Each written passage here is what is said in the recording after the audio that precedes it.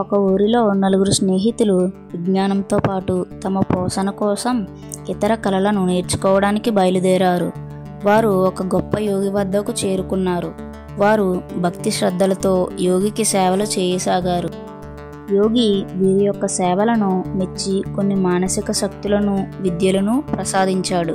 ఈ నలుగురిలో ఒకడికి విరిగిన ఎముకలను జత చేసే శక్తి, రెండో వాడికి తగిలిన గాయాలను మాన్పించే శక్తి, మూడవ వాడికి రక్తనాళాలలో రక్తాన్ని ప్రసరింపజేయగల నేర్పు, నాలుగో వాడికి ప్రాణం పోసే విద్యను ప్రసాదించాడు. నలుగురు 4 దివ్యశక్తులను పొందగలిగారు. తరువాత గురువుగారు వద్ద సెలవు తీసుకొని వారు ఇంటి ముఖం పట్టారు. ఊరు చేరడానికి అడవి గుండా పోవలసి వచ్చింది. క్రూర మృగాలకు నివాసమైన ఆ అడవిలో నలుగురు కలిసి ఒక చచ్చిన సింహాన్ని చూశారు. తమ శక్తులను ఉపయోగించి ఈ సింహాన్ని బతికించాలనే కోరిక వారిలో కలిగింది.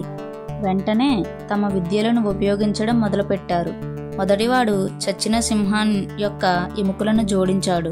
రెండవవాడు తమ విద్యను ఉపయోగించి గాయాలను మానేలా చేశాడు. మూడోవాడు రక్త ప్రసరణ కలిగేలా చేశాడు. ఇప్పుడు 4వ వాడు వంతు వచ్చింది. వాడు తమ విద్యను ఉపయోగించి ఆ సింహానికి ప్రాణం పోశాడు. ఫలితంగా మళ్ళీ ప్రాణం వచ్చిన ఆ సింహం నలుగురుపై విరుచుకుపడింది. దాన్ని చూసి నలుగురు భయంతో వణికిపోయారు. చచ్చి బతికిన ఆ సింహం బ్రతికించిన నలుగురుపై దాడి చేసి అడవిలోకి పారిపోయింది. తీవ్రంగా గాయపడిన నలుగురు కూర్చొని విలపించారు. తాము చేసిన పనికి బాధపడ్డారు. మళ్ళీ ఇలాంటి తెలివి తక్కువ పని చేయకూడదని నిర్ణయించుకొని గాయాలతో ఇంటి ముఖం పట్టారు.